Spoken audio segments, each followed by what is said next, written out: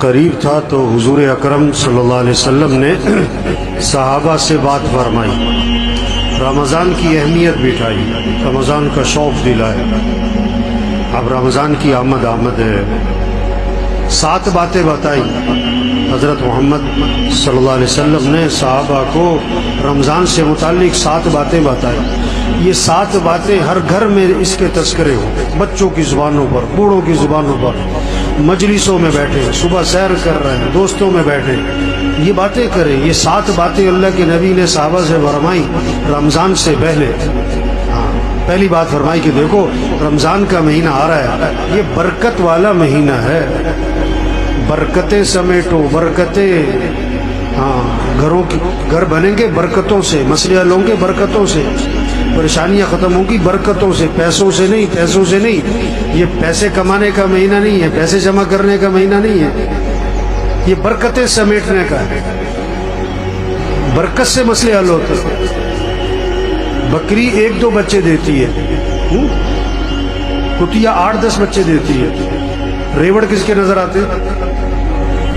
ریوڑ، بکری میں برکت ہے، بکریوں میں برکت ہے، برکتیں سمیٹنے کا مہینہ آ رہا ہے۔ دوسری بات فرمائی، حق تعالی شانو اپنے بندوں کی طرف متوجہ ہو جاتے ہیں۔ جب اللہ بندوں کی طرف متوجہ ہو گئے تو بندوں کو بھی اللہ کی طرف متوجہ ہو جانا چاہیے۔ اب کتنی عجیب بات ہے، اللہ تو بندوں کی طرف متوجہ ہوں اور بندے اللہ کی طرف متوجہ نہ ہوں۔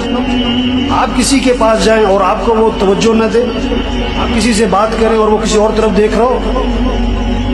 تیسری بات فرمائی، حق تعالی شانو اپنی رحمت خاصہ نازل فرماتے ہیں۔ عام رحمتیں پورے سال ہیں، رمضان میں خاص رحمتیں نازل ہو رہی ہیں، خاص رحمتیں، ان رحمتوں سے اپنا اپنا حصہ لے لو، اپنا اپنا حصہ لے لو، اپنا اپنا حصہ لے لو۔ بھائی نہر میں پانی ہوتا ہے، ہر آدمی اپنے برتن کے حساب سے پانی بھر لیتا ہے۔ جس کا چھوٹا برتن ہوتا ہے پانی بھی تھوڑا ملتا ہے، جس کا برتن کا ڈھکن بند ہوتا ہے اسے قطرہ بھی نہیں ملتا ہے۔ رحمتیں ہیں اللہ کی خاص رمضان میں، اپنا اپنا حصہ لو اس سے۔ چوتھی بات فرمائی، حق تعالی شانو بندوں کی خطاؤں کو معاف فرماتے۔ انسان سے بڑی غلطیاں ہیں، کمیاں، کوتاہیاں، کہیں دیکھنے میں، کہیں بولنے میں، کہیں سننے میں، کہیں کمانے میں، کہیں خرچ کرنے میں غلطیاں ہو رہی ہیں۔ اللہ معاف کرنے والے ہیں۔ رمضان کا مہینہ کس لیے؟ معافی مانگو، معافی مانگو، معافی مانگو، اللہ معاف کر دے گا۔ یہ معافی مانگنے کا مہینہ ہے۔ اس لیے شب قدر میں کیا دعا سکھائی؟ یہ نہیں کہ میں نے بڑے روزے رکھے، بڑی تراویح پڑھی ہے، بڑی تہجد پڑھی ہے، بڑی نفلیں پڑھی ہیں، بڑا اعتکاف کیا ہے، بڑے صدقے کیے ہیں، اللہ قبول فرما۔ نہیں، شب قدر میں کیا دعا ہے؟ اللہم انک عفو تحب العفو فاعف عنی، اللہ تو معاف کرنے والا ہے، معافی کو پسند فرماتا ہے، مجھے معاف کر دے۔ معافی مانگو بھائی، اللہ کو بندے کا معافی مانگنا بہت پسند ہے۔ پانچویں بات فرمائی، حق تعالی شانو بندوں کی دعاؤں کو قبول فرماتے ہیں۔ یہ مہینہ کس کا ہے؟ مانگنے کا۔ ہم سب محتاج ہیں، سب کی ضرورتیں، سب کی پریشانیاں، سب کے حالات ہیں، گھریلو مسئلے، کاروباری مسئلے، ملک کے مسئلے، عوام کے مسئلے، حکمرانوں کے مسئلے، مسائل، مسلمانوں کے کتنے حالات پوری دنیا میں۔ اب ان سارے مسئلوں کو حل کرنے والا کون ہے؟ اللہ ہے۔ خوشیاں دینے والا اللہ ہے، پریشانیوں سے بچانے والا اللہ ہے، آئی مصیبتوں کو نکالنے والا اللہ ہے۔ تو کس سے مانگو؟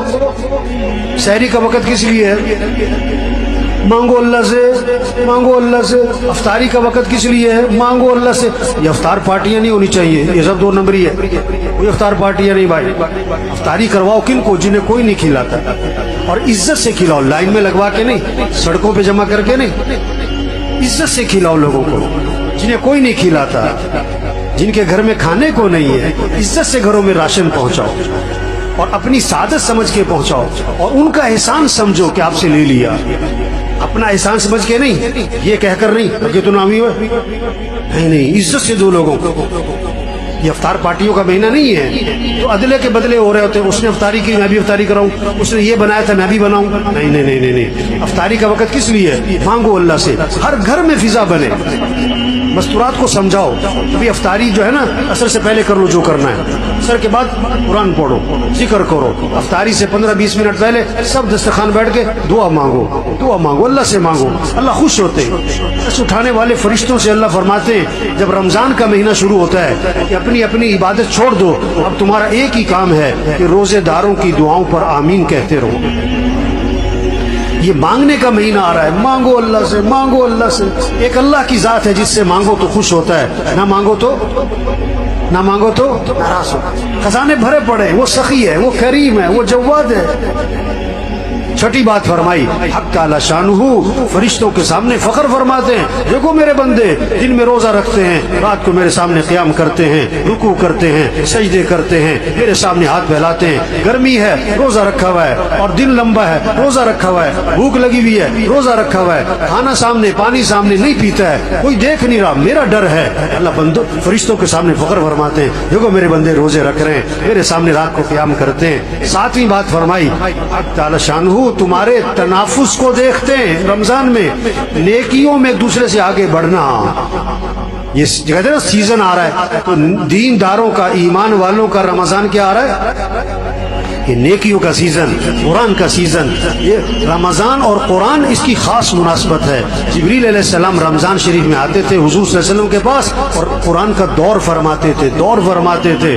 ہمارے گھروں میں فضا بنے, بچے بچیاں مقابلہ ہو, اتنے سپارے پڑھے میں اتنے پڑھوں, اتنے نفل پڑھے میں اتنے پڑھوں, اس نے اتنی تسبیح کری میں اتنی تسبیح کروں.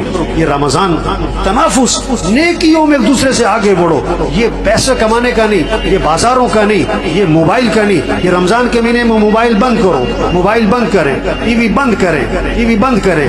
ٹی وی کا نہیں ہے, موبائل کا نہیں ہے, سیر سپاٹوں کا نہیں ہے, کھیل تماشوں کا نہیں ہے, فنکشنوں کا تقریبات کا نہیں ہے, افطار پارٹیوں کا نہیں ہے. یہ اعمال کا مہینہ, اعمال کا مہینہ.